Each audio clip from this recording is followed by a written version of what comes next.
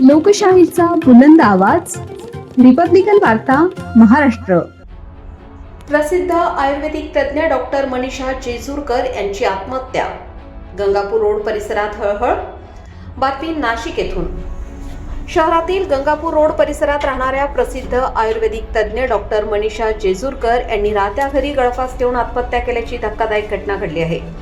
ही घटना शुक्रवार दिनांक 6 मार्च 2026 रोजी सकाळी सुमारे 11:30 वाजण्याच्या सुमारास डी.के. नगर परिसरात उघडकीस आली.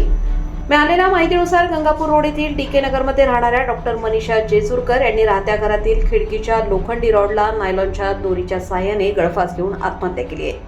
ही बाब लक्षात येताच त्यांना तातडीने उपचारासाठी नाशिक जिल्हा रुग्णालयात दाखल करण्यात आले.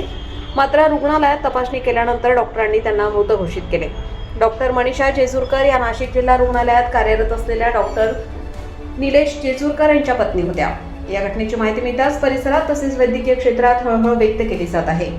या प्रकरणी गंगापूर पोलीस ठाण्यात अकस्मात मृत्यूची नोंद करण्यात आली असून आत्महत्येमागील नेमके कारण अद्याप स्पष्ट झालेले नाही.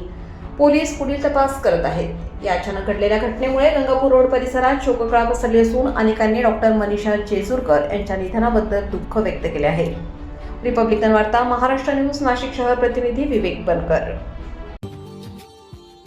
Subscribe now and press the bell icon. Never miss an update.